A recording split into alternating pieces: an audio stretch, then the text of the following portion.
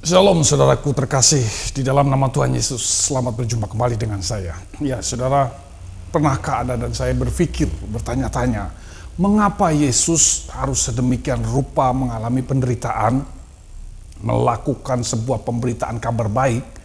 Di dalam Injil dinyatakan bahwa seluruh pengajarannya adalah untuk membawa kembali manusia masuk kerajaan Allah. Mengapa? Sedemikian penting setiap Anda dan saya harus masuk, harus kembali kepada kerajaan Allah.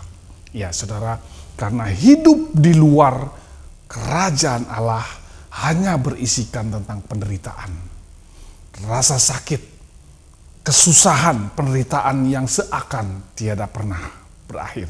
Itu adalah bentuk kehidupan yang gagal, itu adalah bentuk kehidupan yang sama sekali bukan yang dirancangkan, yang didesainkan oleh Allah Bapa.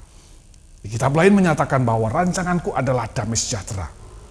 Namun mengapa kehidupan hari ini kebanyakan orang dalam penderitaan yang tiada akhir? Itu sebabnya Yesus memberitakan kabar baik untuk setiap orang kembali masuk di dalam kehidupan kerajaan Allah. Nah saudara, pertanyaannya, sejak kapan manusia keluar dari kerajaan Allah? Sejak kapan manusia keluar dari sebuah atmosfer yang Allah kehendaki di dalam kehidupannya? Kita akan kembali mengulang lembaran awal dari kitab yang sama-sama kita baca setiap saat adalah kitab Kejadian.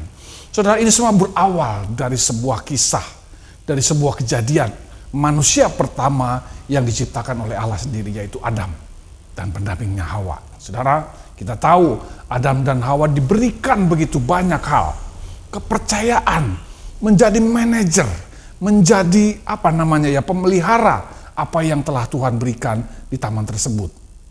Tetapi ada satu hal yang tidak boleh dijamah oleh manajer. Jangankan untuk memakannya, merabaknya saja tidak boleh. Itu adalah titik forbidden. Itu adalah titik tabu yang tidak boleh dijamah atau dimasuki oleh Adam. Mohon pengetahuan yang baik dan yang jahat tidak boleh kamu makan sama sekali. Namun apa yang terjadi? Akhirnya terjerembab ke dalam sebuah pilihan, ke dalam sebuah tindakan yang menurut pertimbangannya adalah baik. Menjamah forbidden area. Mungkin ini mirip seperti area 51. Tidak juga saudara. Tetapi ini jauh lebih forbidden dari area 51 yang ada di Amerika sana. Saudara, apa yang terjadi? Adam masuk ke forbidden area itu. Melalui Hawa, apa yang tidak boleh dijamah oleh manusia, apa yang tabu, yang tidak boleh dilakukan oleh manusia, Adam dan Hawa melanggarnya.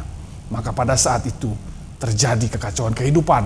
Dia diusir keluar dari atmosfer kerajaan Allah. Allah sebagai raja di Taman Eden. Dan di situ kehidupan berjalan sangat-sangat sempurna seperti yang dirancangannya. Tetapi the moment orang itu melanggar ketetapan hukumnya, laws kerajaan Allah, semua berubah sangat kontras. Ini adalah awal mula manusia keluar dari kerajaan Allah. Nah, kita akan belajar dari kejadian ini sebenarnya hal yang paling mendasar apa sih yang dilakukan oleh Adam sehingga Tuhan sedemikian rupa tidak ada ampun bagi Adam dan Hawa, dikeluarkan dari Taman Eden, bahkan keluar dari rencana Allah itu sendiri.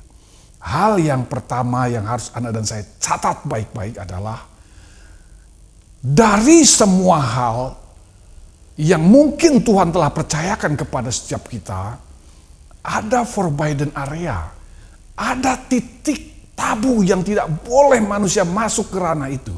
Itu adalah ranahnya Tuhan. Itu adalah ranahnya Sang Pencipta. Itu adalah ranahnya Raja dari segala raja. Apa itu? Buah pengetahuan yang baik dan yang buruk. Artinya apa saudara? Forbidden area-nya adalah ranah menentukan mana yang baik, mana yang buruk. Itu jangan kamu masuk ke area itu. Itu forbidden. Itu ranahnya Tuhan. Tidak diizinkan manusia masuk ke area itu. Tapi apa yang terjadi saudara?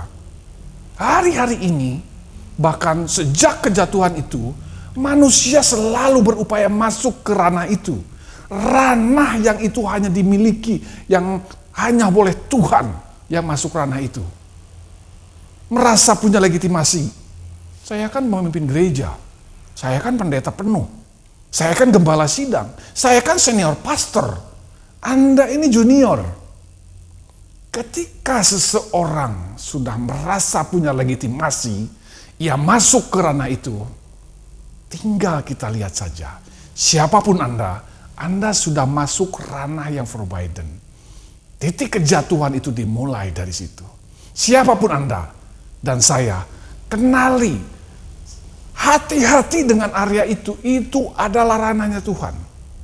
Mungkin Anda bisa menentukan, Anda menganggap orang ini bersalah, ini hitam, ini putih, keadaan ini tidak baik, orang itu tidak baik, hitam, putih, hijau, kuning. Ranah itu bukanlah ranahnya manusia. Bagaimana mungkin kita yang sudah kehilangan kemuliaan Allah mengambil ranahnya Tuhan, menentukan yang baik dan yang buruk, menjustifikasi, menghakimi? Itu bukan ranahnya saudara dan saya. Titik itu adalah titik yang akan menghantarkan setiap orang yang masuk ke ranah forbidden itu kepada kehidupan keluar dari kerajaan Allah. Maka segala keistimewaan di Taman Eden pupus sudah. Hasilnya penderitaan. Dengan berpeluh engkau akan menghidupi dirimu dari tanah yang terkutuk ini. Siapapun Anda yang merasakan berpeluh dalam kehidupan hari ini, jangan-jangan Anda selalu masuk ranah itu. Ranah yang forbidden. Jangan merasa Anda punya legitimasi siapapun Anda. Maka itu saya sangat takut atau bahkan saya alergi mendengar orang yang dengan mudah, ini pengajaran salah, ini sesat, ini agama bla bla bla. Menghakimi, merasa diri paling benar. Saya alergi dengan orang yang demikian. Karena saya menyadari, saya tidak memiliki legitimasi untuk menentukan baik individu, baik organisasi, mereka salah atau sesat. Keluar dari zona forbidden supaya Anda dan saya tetap aman. Nah, itu yang pertama, saudara. Lalu hal yang kedua adalah, ini berbicara tentang presentase. Apapun yang Tuhan percayakan kepada Anda untuk di-manage gitu ya, untuk dipelihara, untuk dikelola, ada persentase kecil yang tidak boleh Anda makan, tidak boleh Anda gunakan untuk kepentingan Anda sendiri. Selfish namanya.